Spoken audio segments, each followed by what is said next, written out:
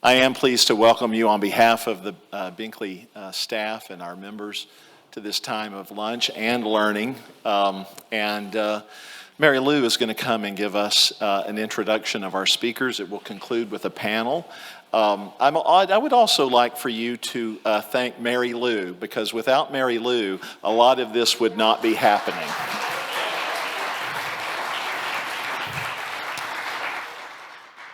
Let's take just a moment to offer a grace for our food.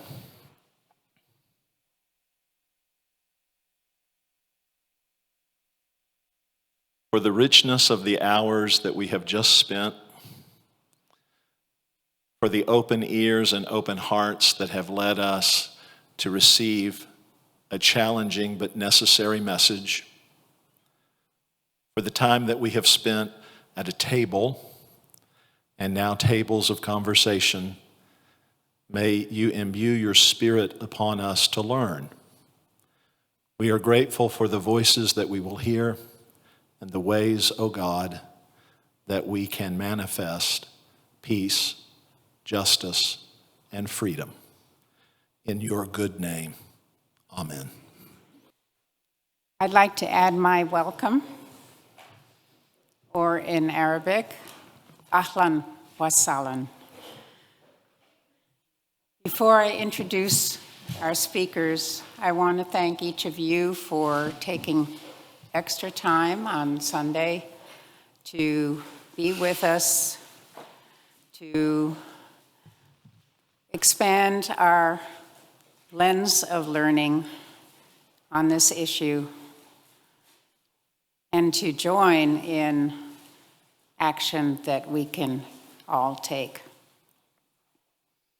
Please use the resources that are on the side table, on the counter there, and do please take time to review the Promised Land Museum that will continue to be up through this next month and into April. Because as part of this series, we have this is the second of 3 parts: Speaking Truth, Seeking Justice, Stepping into the Whirlwind of Israel, Palestine. And a whirlwind indeed it is and continues to be.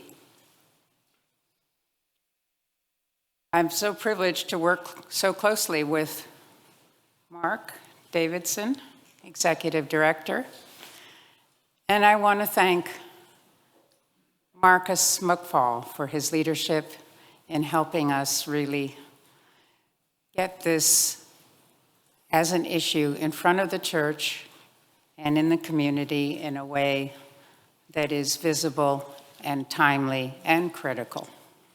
Thank you.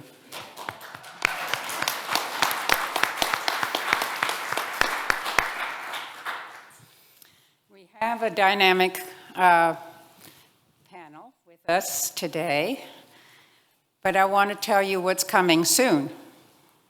And please mark your calendars. April 6 and 7. So that's a Saturday morning from 9 to 12:30. And then Sunday morning as well. And we will be welcoming renowned speaker, international human rights lawyer, Jonathan Kutab. He is the executive director of the Friends of Sabil organization, a national organization working for Palestinian liberation.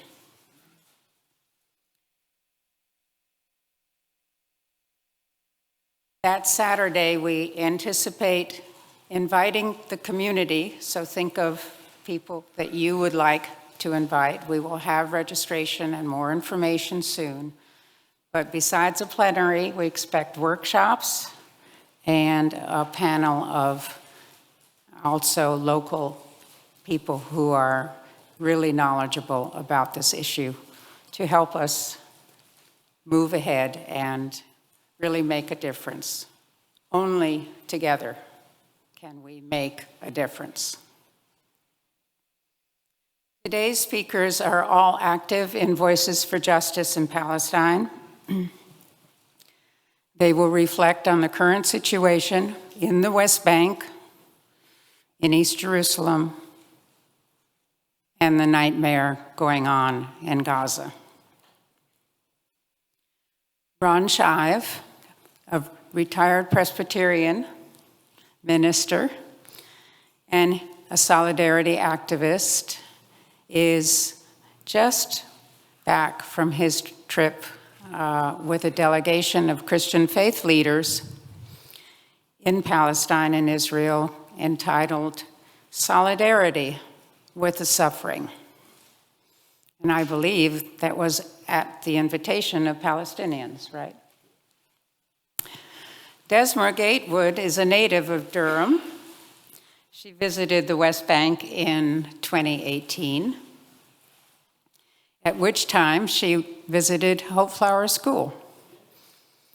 And as a former program director of legislative advocacy at the Coalition for Peace with Justice, she now uses her organizing skills working for voting rights at Democracy, North Carolina. Burhan Ghanayem is board chair of Voices for Justice in Palestine, a retired scientist, a businessman. He has vivid memories of living under the occupation in the West Bank, and that's where his family currently is. So he stays in close touch with what is going on. And as you may have already learned, Burhan has extended family in Gaza and living through the tragedy that is occurring there. So please welcome all of our speakers, and I'll ask Ron to begin.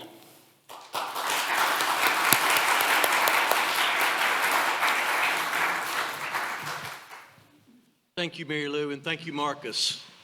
Very thankful for this opportunity to be with you today.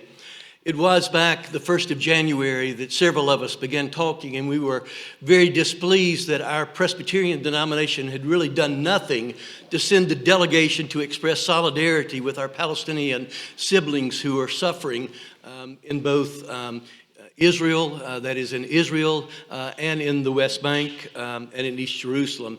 So we formed a delegation, 35 people nationwide. It was a grassroots delegation. We were not a delegation speaking for the church. We were a delegation that was going to come back and speak to the church. So we basically went for the purpose of expressing our solidarity with the suffering that you have read about and that we indeed encountered. We met with numerous religious leaders, Christian and Muslim. We met with numerous leaders of civil society. And what I'd like to do is just simply reflect with you on several of the things that we saw and that we heard. I first would like to just reflect upon what we saw on realities in the West Bank, then look at realities in East Jerusalem, and then look at realities in Gaza. I'll never forget that morning that we met in the Ida refugee camp in Bethlehem. Nada al-Nasser, who is the head of the Palestinian Prisoner Society, met with us along with 5 women. The women either had a husband or sons and daughters who were now being held in administrative detention by Israel. And what they shared with us indeed was stunning. While the world's attention has been focused since October the 7th on Gaza, what we discovered is that Israel indeed has stepped up its oppression in the West Bank and in East Jerusalem. And what became very clear for us is the prize for Israel is not Gaza. The prize for Israel is the West Bank. And that's where dramatic things have been taking place since October the 7th.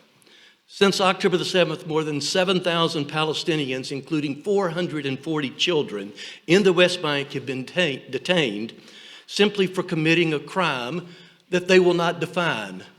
If asked, what did I do? They simply say that it was a secret matter. They were taken to the West Bank The IDF brutality, especially since October 7th, has reached unprecedented levels in the West Bank against these prisoners of detention. So I want you to imagine something and hearing the stories of these 5 women. Imagine your family being awakened early in the middle of the night by the pounding of your door, accompanied by the sound of soldiers demanding entrance. Once inside, the soldiers move through your house with their automatic rifles, fingers on the triggers, ready to fire. They're commanding that the parents indeed produce their son or their daughter for interrogation. The parents plead with the soldiers, but to no avail. The child, barely a teenager, is pulled out of bed, still shaking off sleep, blindfolded, and taken into custody. When someone is taken into custody by the IDF, neither the family nor the individual knows the charge that is brought against them. Although they're required to appear before a judge within 8 days of detention, in almost every case, no charges are clearly stated. They're not allowed an attorney, and the detention can last up for 6 months. But that detention can be renewed time after time after time again. One of the family members that we spoke with had a husband who's been held for over 10 years, and she has never been told what her husband did. We heard from mothers of young sons, 13, 14, and 15 years old, who have been in detention for months. They haven't heard from them, and they've not been allowed to speak with them. When these middle of the night raids occur, neighbors don't turn on their lights. They quietly listen behind closed doors, wondering which son or which daughter is going to be absent tomorrow morning. They carry the same fear that every parent in the camp carries: the unlawful imprisonment of their son or their daughter and the lack of a judicial system to protect them. The capture of the sons and daughters of the camp, it serves a great intention of terrorizing everyone in that refugee camp, terrorizing them into compliance. And neighbors have to be careful speaking with neighbors, because the incarcerated ones are often released under one condition: that indeed you'll be an informant when you're back in the camp. It's a sinister technique of the Israeli occupation that begins breaking down trust within the community of the refugee camp. Since October the 7th, 9 Palestinians have been tortured to death in administrative detention. And the Israeli military is keeping their bodies, refusing to release them to Palestinian families for a proper burial. Raids on the camp are so regular that both children and adults are now sleeping in their clothes with their shoes on, so they won't be taken wearing only their underwear or pajamas when the IDF comes for them. Since October the 7th, illegal Israeli settlers in the West Bank have burned cars and houses. They've blockaded roads. They've damaged electric networks. They've seized farmlands. They've severed irrigation lines. They've attacked people in fields and olive groves, and they've killed, all without repercussions. The UN has recorded 573 attacks of Palestinians by settlers since the war began. And half of the time, IDF soldiers are accompanying the settlers in these attacks. At least 9 people have been killed by illegal Israeli settlers, and 382 Palestinians in the West Bank have been killed by the IDF since October the 7th. We had dinner with employees of nonprofits one evening. We simply asked them a question: have you ever been detained and put in administrative detention? And everyone nodded their head and said, well, sure. And we asked the question, for what charges were you detained? And they said, we have no idea. The only reason we were detained is because we were Palestinian. Such is life in the West Bank. What are some of the realities that we saw in East Jerusalem? On one of our mornings in Jerusalem, we walked into Silwan. It's a Palestinian neighborhood on the east side of the old city of Jerusalem. Silwan is known by the Israelis as the city of David. It was here in this Palestinian neighborhood that the Israeli government is now building a cable car route linking the Mount of Olives with the old city, letting people out on what they're now building to be an archaeological site. The only problem is Silwan happens to be the home of thousands upon thousands of Palestinians. And there in the Al Bustan neighborhood, we met Fakir Abu Diab. His home had been destroyed 3 days earlier, a home that he and his family had lived in for 30 years. The IDF showed up one morning with a Caterpillar bulldozer and took his home down to rubble. He gave us all a piece of his house and said, "Would you take it and remember me?" Every Palestinian home in Silwan has received demolition orders from the Israeli government. Oftentimes, these demolition orders can sit for 10 years before the military acts upon them. And when they do act upon them, most often they're given little, if any, notice. The pretext of these demolition orders is one of two things.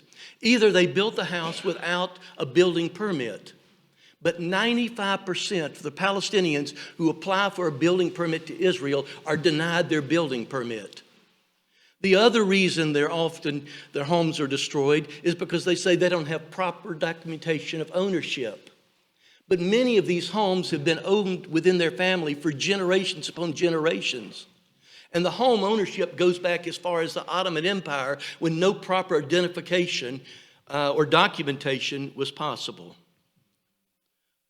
Approximately 300,000 Palestinians live in East Jerusalem, and since 1947, almost 50,000 Palestinian homes have been demolished.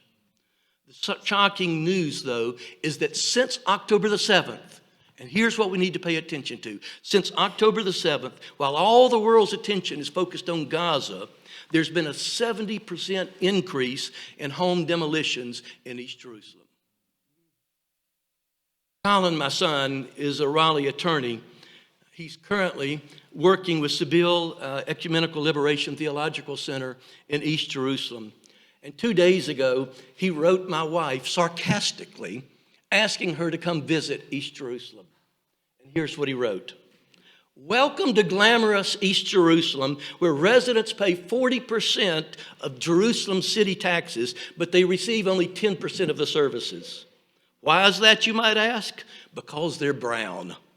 Residents in East Jerusalem enjoy a healthy 80% poverty rate and get to enjoy second-class citizenship by being classified as citizens neither of Israel nor Jordan, but as stateless permanent residents of Israel, despite the fact that their families have lived there for generations.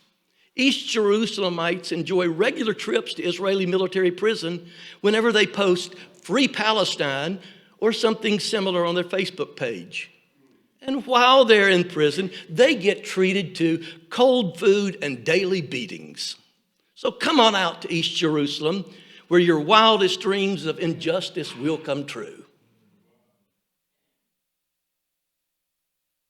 So what is the reality in Gaza? Mark has already alluded to much of it this morning, but I'll simply reiterate some of what he has said.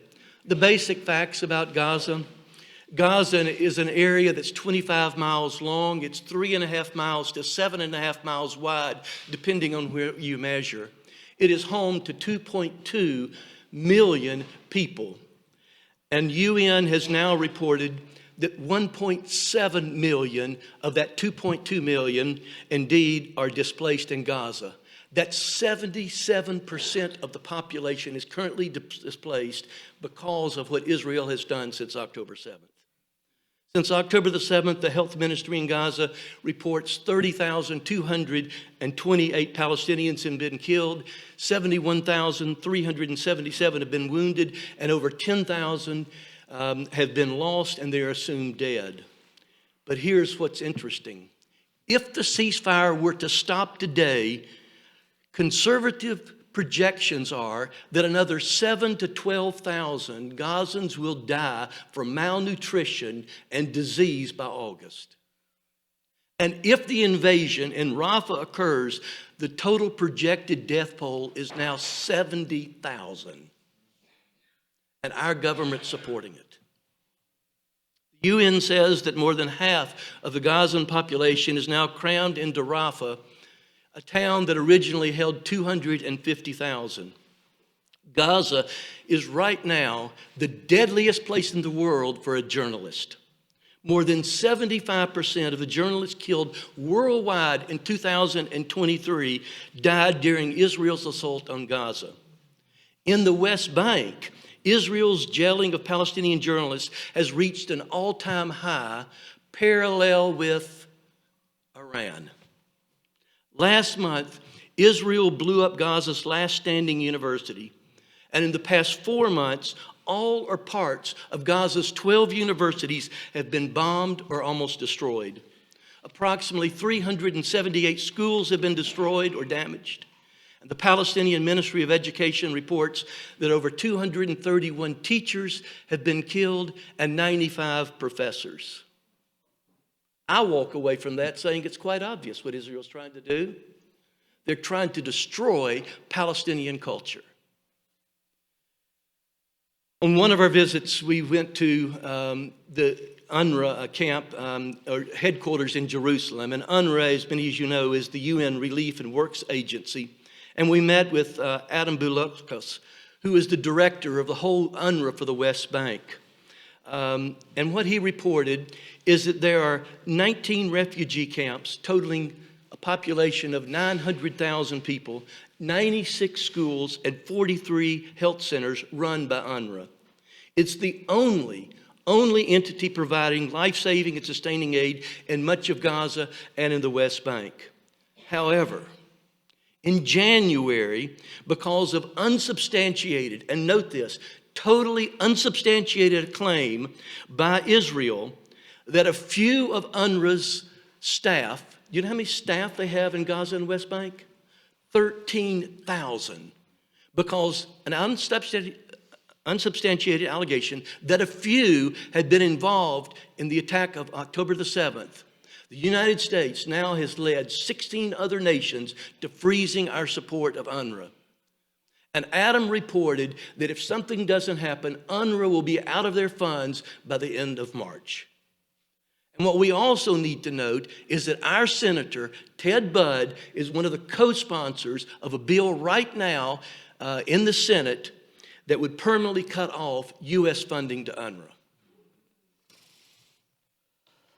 Alan spoke up and he said, Gaza is a humanitarian crisis like the UN has never seen before. And Bouloukas has served in Sudan, Pakistan, Afghanistan, and Ethiopia. And his concluding comment was this: this is the blatant massacre of a civilian population. And I would say it's more than that. This is the attempted genocide of the Gazan people. Later, we were in Bethlehem, and we were meeting that evening with 5 Palestinian Christians. They were from Gaza. They had gotten out before October the 7th. But they all 5 had relatives who had either been killed in Gaza or who were now seeking refuge in their Baptist church in Gaza. And I'm haunted to this day by the question of the 20-year-old daughter of the Palestinian pastor. She said this, and I'll leave it with you. How can Christians in the United States stand in silence as our people are blown up night after night? How can Christians in the United States stand in silence when our people are blown up night after night?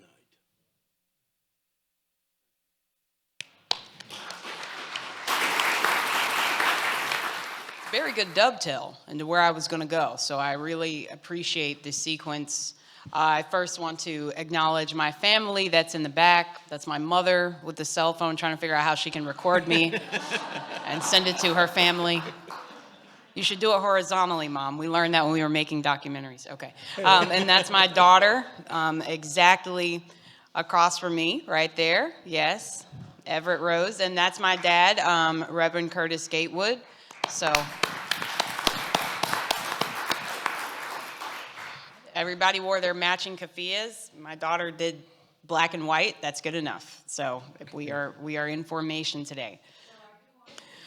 I really appreciate that and what Reverend Dr. Shive shared with us. And I want to share a story with you all. So there was a man one day who was robbed, he was badly beaten, and he was left on the side of the road for dead, bleeding, basically beaten to a pulp. Everything had been taken from him. He had been stripped to nothing. So a scholar walked by on his donkey and saw him and didn't make much of it, kept going. A priest went by on his mode of transportation, saw this man, heard this man, could even smell the stench of near death coming off of him. But he didn't stop either. He just kept going. But then a Samaritan came by and saw this same man. And he stopped. He put him on the back of his horse. He took him to the nearest inn. Before that, he cleaned his sores with wine and soothed them with oil. He dropped him off at the inn and told the innkeeper, I need you to keep this man as long as he needs to stay. And when I come back, whatever the price of his stay, I will pay it to you. That is the story of the Good Samaritan. That story has even been secularized as such as now we've basically used it as a colloquial term, that anybody willing to do something kind for someone who they see in suffering is a good Samaritan. Or anyone willing to do something kind that isn't required of them in that moment is a good Samaritan. And I think we can universally agree that this Good Samaritan is a pillar in history or folklore, however you want to perceive it, that is deserving of our praise and our acknowledgement of example, of course. Why not? But I'm going to tell you what distinguishes the Samaritan from the priest and from the scholar. And I'm going to go back. Now, let's go back to Reverend Dr. Ron Shive's account of what's going on in Gaza. Now, I had to kind of pan the audience to see what the starting point was going to be. But it seems that most of you have a conscience, at least. I could see from your body language, and I could see the anger and the sadness and how you would cringe at certain facts, that you have a conscience, you have humanity. So it's not lost on you that, like that man suffering on the side of the road, that these people are suffering. They've been stripped of everything. They're brushing with death, if not already there, by the conclusion of his speech. But because of that feeling, that does not necessarily distinguish you from the priest and the scholar, because nowhere in that recounting of the Good Samaritan does it attack how they felt. We don't know. They may have had a conscience. They may have cringed when they saw that man. They may have felt sad. They may have even gone home and told their wives, darling, there was someone suffering tonight. Who knows? They may have done the equivalent of a Facebook post and told people at work that this was happening. They may have worn this anonymous person's name on their shirt. Who knows? But what we do know is that they didn't stop his suffering. So neither the priest nor the scholar will go down in history for what they felt, for what they said. We won't remember them for doing anything but making his suffering worse by passing by. So what will you do to distinguish yourself from the priest and the scholar, and to make yourself the good American? What does it mean to be the good American? Because we have maybe told ourselves, and don't get me wrong, the bar is very low. I'll give you that. That just feeling for Palestinians, which, like I said, that actually kind of is a hurdle for some people. That feeling for Palestinians, that feeling their pain, that acknowledging that a wrong is happening is enough. But that doesn't make you any different from the priest or the scholar, as far as we know, because what have you done to stop it? You don't get points for being human. God made you human. You don't get points for having a limbic system. You're supposed to have emotions. That just shows you're not a psychopath. But what makes you a good American? What distinguishes you? What makes you no longer complicit in that narrative, those narratives that Dr. Ron Shive gave you? I had to ask myself the same question, because it becomes easier for you to do the right thing the more you are exposed to people who are doing the right thing. So I have been very blessed to be around people like my brother, Uncle Burhan here. I've been very blessed to be around people like you. My father brought me into the movement very early. I went to an answer march yesterday. He actually spoke at an answer march in DC in 2001, right after 9/11 had happened. So, you know, it's pretty easy for me to do certain things, but how am I challenging myself? It was a challenge for the Good Samaritan to go out of his way. Where is my challenge? And it's interesting. My challenge came yesterday when my daughter and I were trying to find parking for this march in Raleigh. And she was like, Mom, why do we have to go to this? That is happening all the way in Palestine. We are in Raleigh. What is it that we could even do? And that hit me so hard. I was just like, oh my goodness. It was like tires started screeching, babies started crying, glasses started breaking, you know, the record scratched. I was just like, whoa, oh my goodness. What have I been doing as a parent where I have dropped the ball this much that my daughter is telling me that there's nothing we can do here? And I realized that what I have to do is make sure that she has this same fire. This is my charge. Now, your charge is going to be different. To make sure that she has the same fire that I had, that made it a no-brainer. Of course we're going to this march in Raleigh. What do you mean? Why would we not be here? This is happening right now, and we're going to this thing tomorrow and at Binkley. Of course, this is so second nature to me. But I was raising someone who shares the sentiments of a lot of people, because I took for granted that it took my parents, it took my comrades pouring into me. It took people like Sister Miriam Thompson, rest in peace, who would write a check for me to go to the West Bank, who would call me whenever something was going on. Des, did you see what was on the news? I mean, it took people actually being very intentional. You like my Miriam impersonation? Okay, all right. All right, I said, yes. It took that intentionality. And so today, my job as a good American parent is to bring my daughter here so that she can not only feel, but so she can act, so that she is no longer complacent or complicit. And luckily, because of people like Sister Miriam, I had my talking points ready when she did it. I was like, this is my test. How can we help? I was like, well, honey, just so you know, our tax money is going to these bombs that they're dropping on Palestinians. So who we vote for and how we raise our voices is actually going to impact what's happening over there. So, yeah, and I was just like, why am I feeling so accomplished that a 12-year-old actually challenged me enough to have to come up off the top of the talking point? But thank you, Everett, because I was like, wait a minute, I might have lost my skills here. I used to be able to kind of spark, but a 12-year-old, they have no holding back on challenging you. They're like, you need to tell me right now, and if you don't have a good enough answer, I'm going to come back. And she didn't say anything back, so I was like, yes, we got it.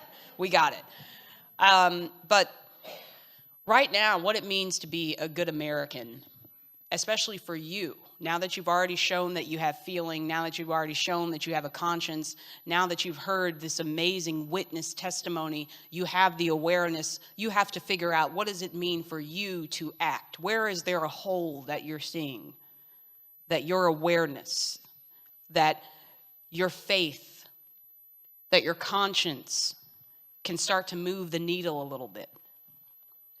Where is it that you see, whether it's a phone call that you didn't make to someone who might be very influential, whether it's a protest that you didn't show up to, whether it's a donation that you may have been able to give to a relief effort in Gaza, whether it's someone you could have brought with you to learn something who you know is going to be very influential. So for me, bringing my daughter was very important because I know that her generation is watching and listening and is very impressionable and is very influential. So for me, this was not just a family outing. This was an act of activism by me bringing my child here today. Because also her friends listen to her. She listens to them too, but they really listen to her. So having her here today was my little piece that I'm dropping in the bucket to say, I am going to do my best to stop the pain and suffering that Dr. Ron Shive talked about. I'm going to do my best to stop funding the money that is going to places like Philadelphia that's producing cans of tear gas that are being dropped on playgrounds. So I'm saying that I'm going to do a little bit here and there because it's so fascinating. It's very easy. There's a Confucian theory. Life is very complicated, life is very easy. We insist on making it complicated. It's as easy as them dropping bombs. That's it. It does not take a big intellectual exercise. It takes more thought to be inhumane than to be humane. You have to go out of your way to hate. You have to go out of your way to be violent. You have to go out of your way to perpetuate a genocide. So it's easier for them to not do it than to do it. But as everyone knows with the bystander effect, the more people who are silent, that is interpreted as people being complicit, which will then allow people the green light to continue to do it. And you are not done. Even if you signed a petition yesterday, every single day that a bomb is being dropped in Gaza or in Rafah, it's still going. You are not done. You did not do enough. By coming here today, you did not do enough. You are not doing enough as long as Benjamin Netanyahu is being let off the hook to wreak havoc on innocent people's lives. We have not done enough.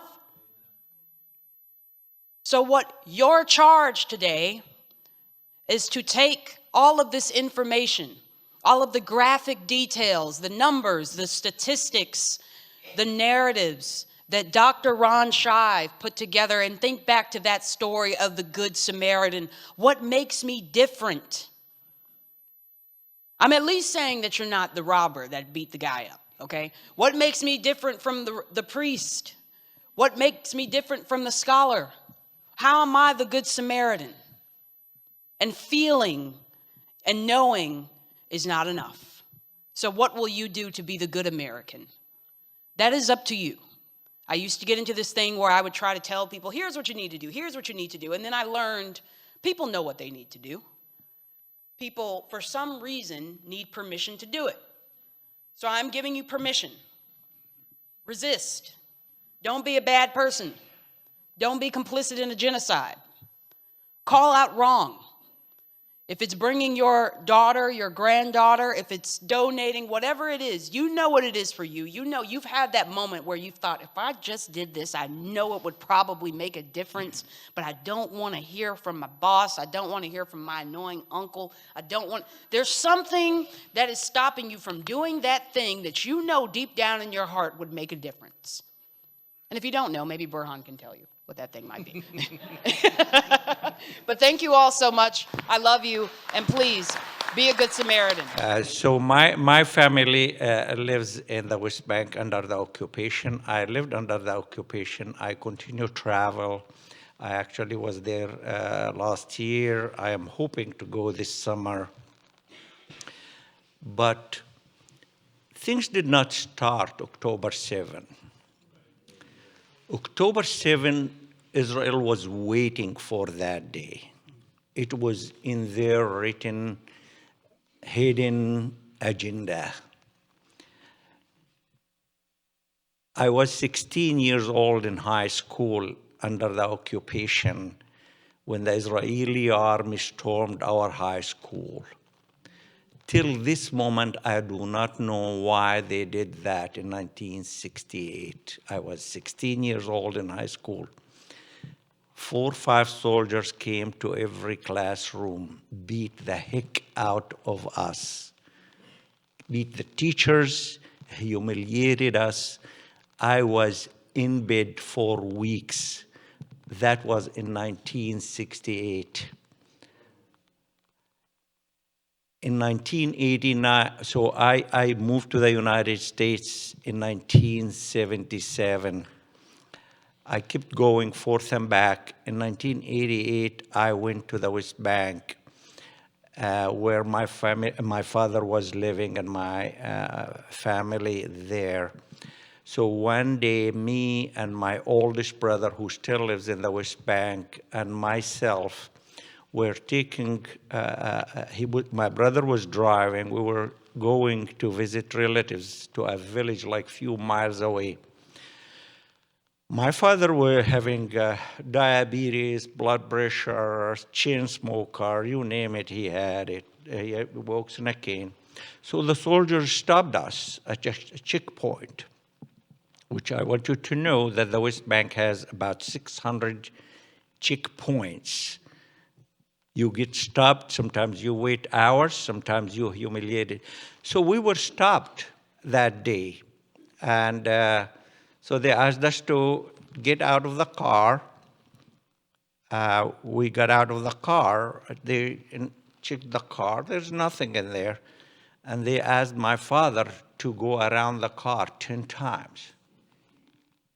I said, why? They said, we want him to do that. And he refused. And I was belligerent with them because I was carrying an American passport. I said, he will not do that. So Israel always been this way. So I was talking to my brother since October 7th, and I asked him, so he is requiring dialysis 3 times a week. He needs to travel to the closest town where the hospital he do his dialysis. It is probably like maybe closer than Cary, just about 8 miles away.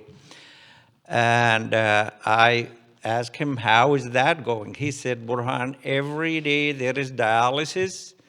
It's just a trial and error. We go, we see where the roads are open, and where can we cross, we can pass, we can reach the hospital. He said, sometimes reach the hospital, sometimes not. I said, what is going on? He said, well, since October 7, most of the army left the West Bank. They really gave it to armed settlers.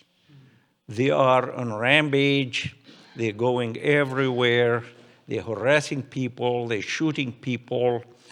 And I said, so how is, he said, sometimes I get my dialysis, sometimes we wait till the next day. So I don't know how long he's gonna survive this. But during a conversation about 2-3 weeks ago, he shocked me. I said, so what you guys doing? He said, he was asking me what the American people say and what the media do and what do you do. And so I said, how you doing, guys? He said, I'm going to tell you something. Every night for us is a crystal night. Do you know what crystal night is? I said, I didn't know that you know crystal night. He's 77 years old. He said, yes. At sunset, we huddle in the house. We try to keep the lights low. We keep waiting when the settler's gonna attack. Are they going to burn a car? Are going to be cutting trees?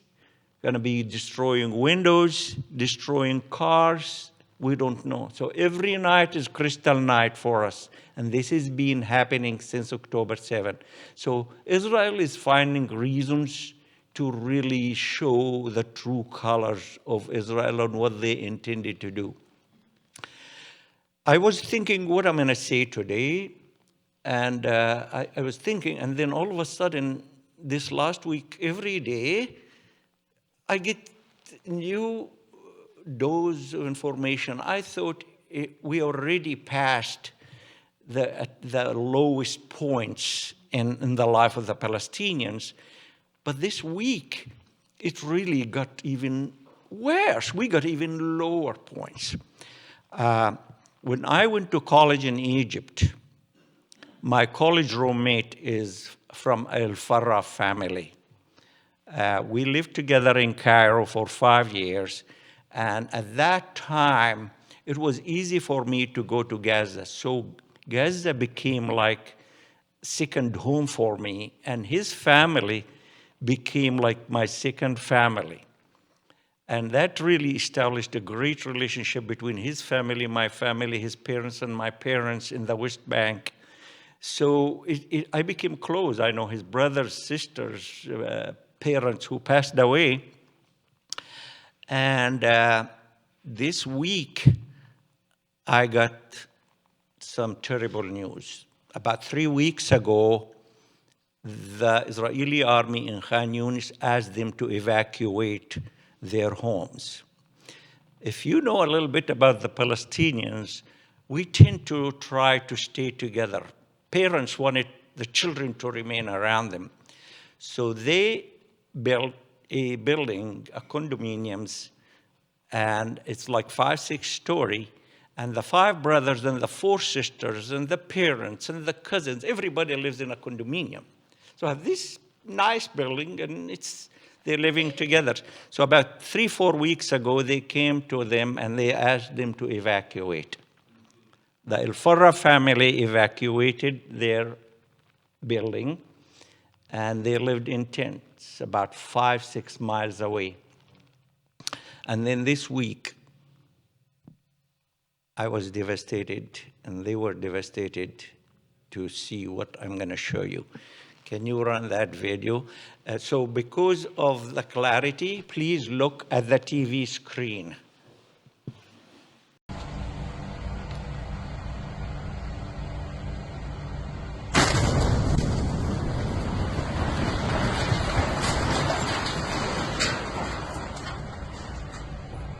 So, this week, they decided to blow up the building.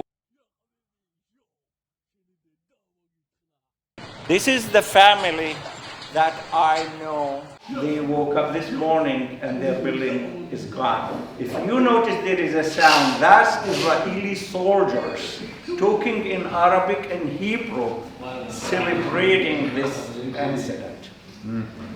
If that's not bad enough, 2-3 days after that, 2 of their young children decided to go and investigate the rubble. I don't know what they were trying to find. يا ناس الحقونا! والله ما احنا عارفين ايش وين احنا. يعني كمية الدمار مش طبيعية.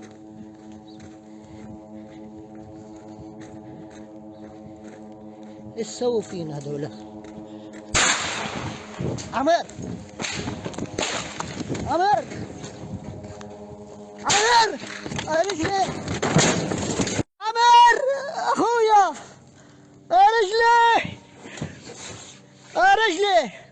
عمر! رجلي! الحقونا! عمر اسحف! رجلي! رجلي! عمر! يا عمر!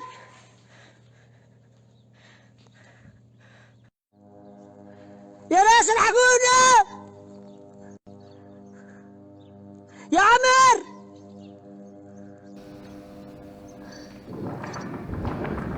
So they shot the two kids and killed them. This is Amru El-Farra and Muhammad El-Farra, two of their children. If you hear what that, one of them apparently got killed first. The other guy was trying to call him and there was no answer. And then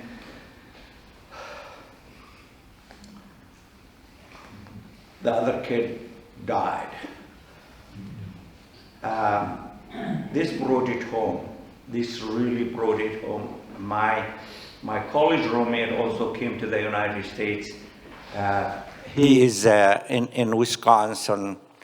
Honestly, we barely could talk. He's in tears. He said everything we built in our lives in that building. Actually, he's a retired professor at University of Wisconsin, and he owns one of those condominiums in that building.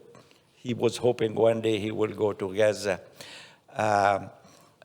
We could not talk. So this just made this week was just even lower than I encountered in my life. I encountered the day when my family called me and they said, well, the Israelis decided to take our farmland. So my family lost our farm. They liked the land, they like it, and they came and they took it. I thought that was a low point. I'll tell you, this week is one of the lowest points in my life. And Biden made it even worse this week by giving Israel 2,000-pound bombs to bomb Gaza, destroy Gaza, and he has the audacity. He said, we are dropping lunch boxes to people. I mean, I don't need to say bad things, but I'm going to tell you that is genocide. And he's making Netanyahu and Israel to act like they are the superpowers. They are the ones who are giving us the money. Keep in mind, we fund their military. We fund the settlements that they are building in the West Bank, 750,000 people, settlers living on our stolen Palestinian land. And 80% of the land of the West Bank now under Israeli control. Some of it military training ground, some of it settlements, you name it. Very little land left. So when those people tell you we wanted a two-state solution, tell them this is a joke. I don't want to say bad words, but tell them that. There is no land left for a two-state solution. Israel is committing a genocide, and I wanted to get you the bad news. It's your tax dollars, my tax dollars, that making that genocide possible. Those 2,000-pound bombs that are killing people in Gaza, that destroy 75% of the infrastructure and houses in Gaza, is done in your name with your dollars and tax dollars. And thank you, Biden. Thank you, Americans. You are dropping lunch boxes to people while there is 3,000 trucks full of food. Israel is not allowing that food to come into Gaza. Does that mean Biden is not able to constrain Israel and make them open that border and get those 3,000 trucks in? So is he dropping the food because he is incompetent? He's unable? I don't know. But I wanted to stop here. Thank you for listening. There is a lot of work we need to do because it is our tax dollars that causing the genocide in Gaza. Thank you.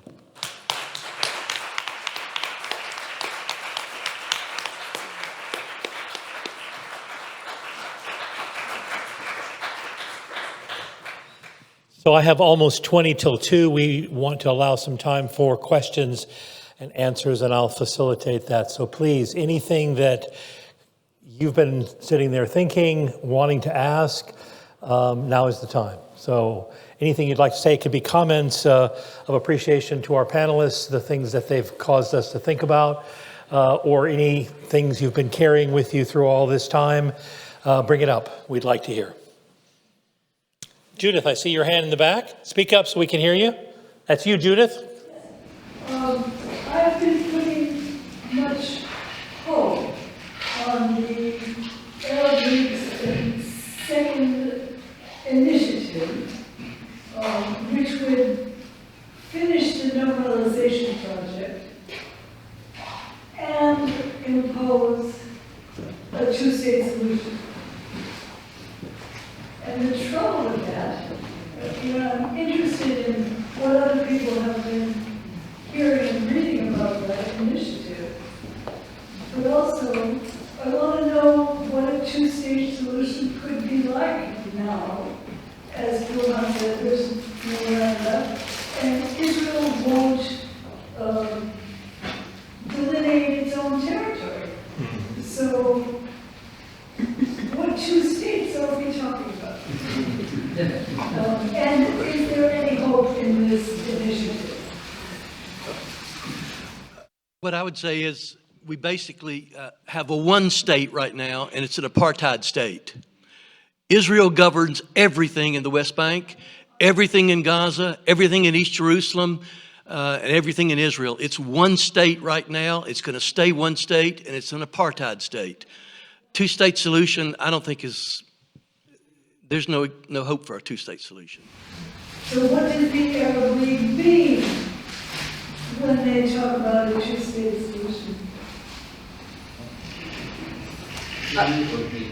I would also interject that, I mean, I kind of think about this similar to when there was a conversation going on in the American South, and there was this conversation about integration or segregation. There has to be something to look forward to, at least in theory, to make it seem as if there is a state, no pun intended, where peace is existing, even though it conceptually that doesn't really make sense. But this is at least something where we can tell ourselves, even though there might be a lot of cognitive dissonance involved, that if this were to happen, then that would mean they would stop killing us. If we had two states, maybe that's what it is that we need for them to stop killing us, because clearly whatever we have now isn't working. So is it actually feasible? Honestly, I would say people would have to even be alive for there to be a two-state solution. And right now we're actually watching a genocide take place. So you can't have a genocide where people are not alive to even be in two separate states, let alone have people be willing to set faction off and create settlements. It's not even, if you look at the map of Israel and Palestine right now, it's not like you have like clear territories. Even within Palestine, places that the UN has said this is Palestine, you have settlements that are popping up every day. So does it make sense to say, with what is happening, between there being a genocide, between them ignoring what is supposed to be Palestinian designated land, that there could ever be a two-state solution? No. I can't, even if there is a two-state solution, they'll violate it the next day. So, the one democratic state, but I don't see that happening with the Israeli racism right now. Absolutely. Do I want to be in the state with the settlers and with the Israelis who are saying that Israel is not doing enough in Gaza? And there's a big percentage of Israelis who say that. So that, it seems like what I hope for, which is the one democratic state, is very far away. Yeah. So in reality, here it is, and I told people about this. Between the river and the sea, there is about 7 million Palestinians, and there is about 7-8 Israelis. We have a one state, it's an apartheid state. It's one group of people who have the guns, have the power, and have the United States. They dictate everything. This month, or last month, Israel announced establishing 3,000 new housing units, expanding settlements in the West Bank. Israel actually, I don't know if it is intentionally or unintentionally, prevented the possibility of a Palestinian state. So you said normalization. Israel normalized with Arab countries, with Egypt and Jordan. There is no one person in Israel, the majority of people in leadership saying there will be no Palestinian state. So the only, Israel is offering nothing. Netanyahu, as of every day, saying there will be no Palestinian state. Actually, he's saying they will not leave Gaza. So Israel has to live with an apartheid state, or Israeli Jews have to continue having their knees on the necks of the Palestinian people. And the bad news to you, you are financing it. You are paying for the settlements, you are paying for the M16s, you are paying for the F-16s, you are paying for the 2,000-pound bombs. Is this going to continue? I think you hold the key to change. Also, I would also say another reason that we have to sometimes use that two-state language is because when you're called an anti-Semite for challenging how Israel operates in any other way, so if we don't say two-state, then someone would say, well, you're saying we don't have the right to exist as we are now. And then you're like, okay, well, I don't really know what to say. Because as Israel is now, they are one apartheid state. Right. I'm just saying this is where it's a good question, and how then you can see how the conversation can evolve to where it's almost like you've been put in checkmate, where there's nothing you can say but a two-state solution, because anything else, it would sound like you are advocating for the abolition of the state of Israel. To use a terminology I've been using recently, the two-state solution is morphine that is being fed to you and to the Palestinians to really live with the situation. Oh, there is hope, a Palestinian state, or for my brothers in there just to accept the pain every day. Oh, there is hope. So this is a morphine for all of us. It's not real, it's not gonna happen. It is an apartheid, and I'll tell you, Israel had an idea. I think what they're doing in Gaza, my brother told me, is it possible that they're going to do that in the West Bank? And he keep asking me, and I say, no, let's have hope that it will not happen. He said, they can fabricate something as Gaza, and they just try to come and demolish everything. So this is morphine. Let me just add to that, too, that all you have to do to see how this morphine, how widespread the morphine is talk to almost any representative from Congress. Yep. And you'll hear them chirp about the two-state solution, the two-state solution, the two-state solution. The reality is that if you go back to look at the literature of the founders of Israel, Ben-Gurion and the founder generation, they're quite public about it. They said, we will not stop until all the Palestinians have been either deported or killed. The whole idea from the very beginning was nothing about two states. It was about greater Israel. And now they're pulling that into place. And the two-state thing was actually dreamed up by an Israeli think tank. It was not something organic that grew up from both peoples. It was meant as an intentional sedative to keep people thinking, well, maybe there is a way that these two peoples can live together in peace. Two states for two peoples. It's very symmetrical, sounds good, but it is not a reality. and it won't ever be a reality. I think there has to be one binational democratic state founded on equal rights. And you will find serious observers of the conflict or the long-time crisis believing that's the only way possible, I think, at this point. Any other questions? Yeah, your hand, please, in the back. Comment about one equal state, because this was Israel who not allowed. Can you repeat what it was? Yeah, you talk about the Balfour Declaration in 1917, right? Yeah, I mean, if you can pull it up and read it real quickly, I don't have it quite memorized, but yeah. While he's coming forward, this was Lord Balfour, the minister in England, who, yeah, go ahead. If you take the mic.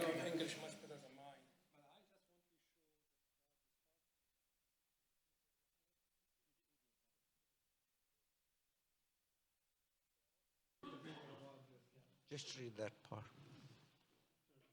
The inherent racism in the Balfour Declaration. His Majesty's government view with favor the establishment in Palestine of a national home for the Jewish people and will use their best endeavors to facilitate the achievement of this object. It being clearly understood that nothing shall be done which may prejudice the civil and the religious rights of existing non-Jewish communities in Palestine or the rights and political status enjoyed by Jews in any other country. But they never lived up to it. Have the West, all the West, have you fulfilled this commitment? No. No, they never lived with that. Yeah. So that's the origin. There's a question here. Well, and there's a very telling piece in that Balfour Declaration. They never say the name Palestinian. They call the non-Jewish population. So it's already a secondary subordinate position in the way that they're thinking about it. Okay, yes. Go ahead, please, yes. So I just want to get us back to how to be a good American.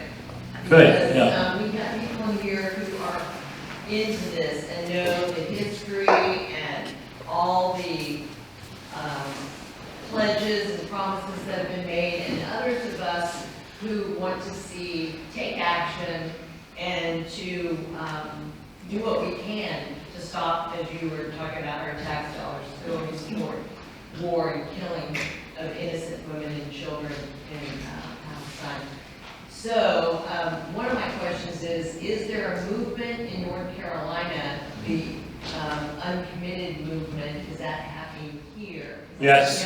Yes. Yes. Here, I've just heard about it in Minnesota and of course in Michigan. And can somebody speak to that? And are there folks that are trying to have discussions with our congressional delegates, folks in Washington, going to their offices here, those things happening?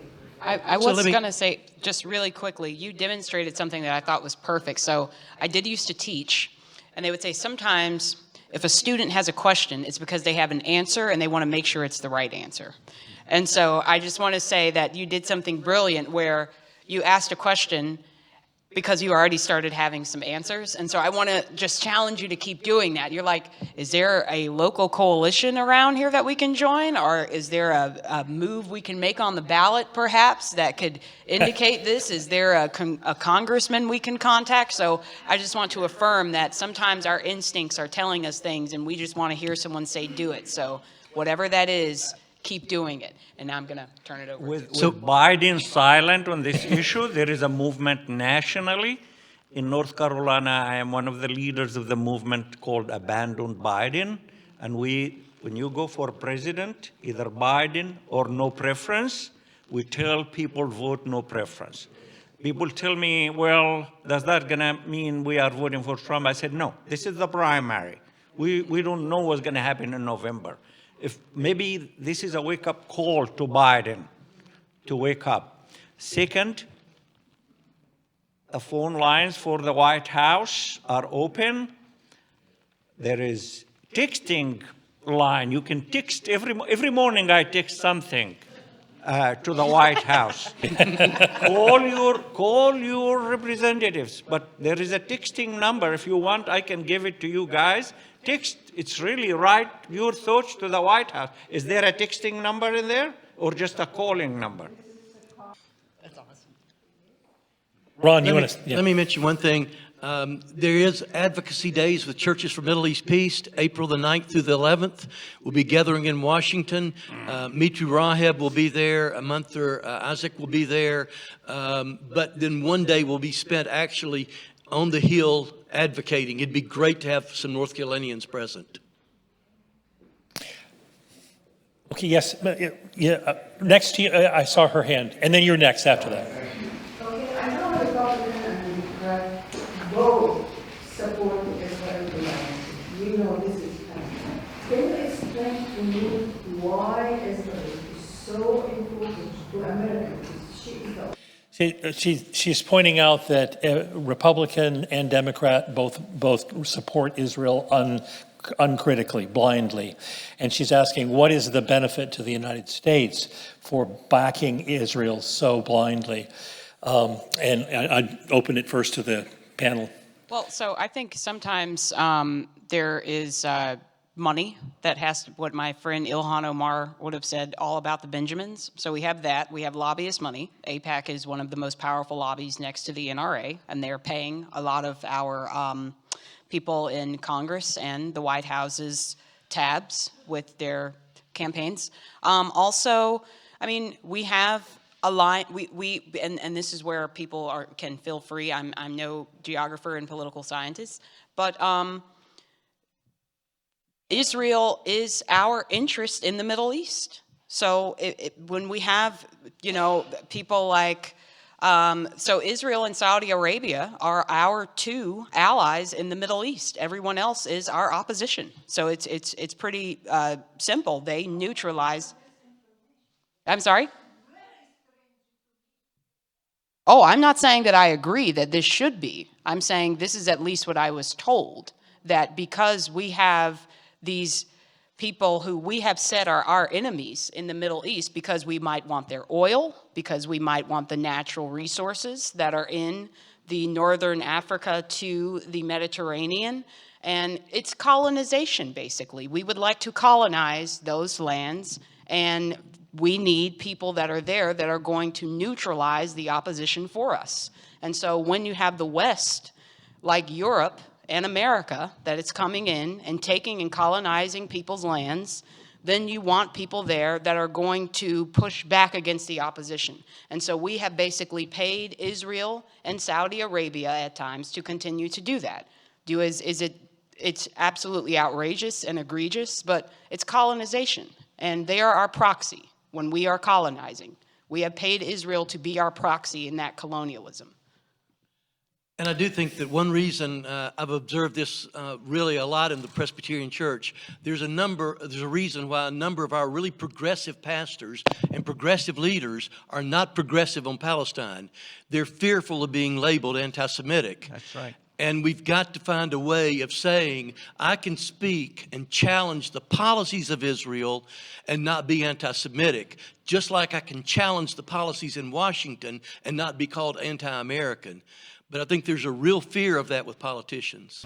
We need to not put military ideas as the first ones to present. We need to get them to talk, and if that means cutting off their funding, that's the way to get them to talk. Yeah.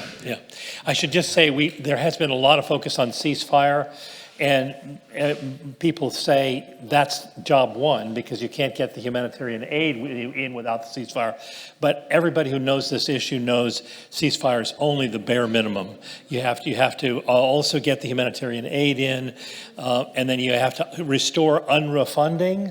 And then the most important thing is end U.S. military aid to Israel. That's critical, absolutely.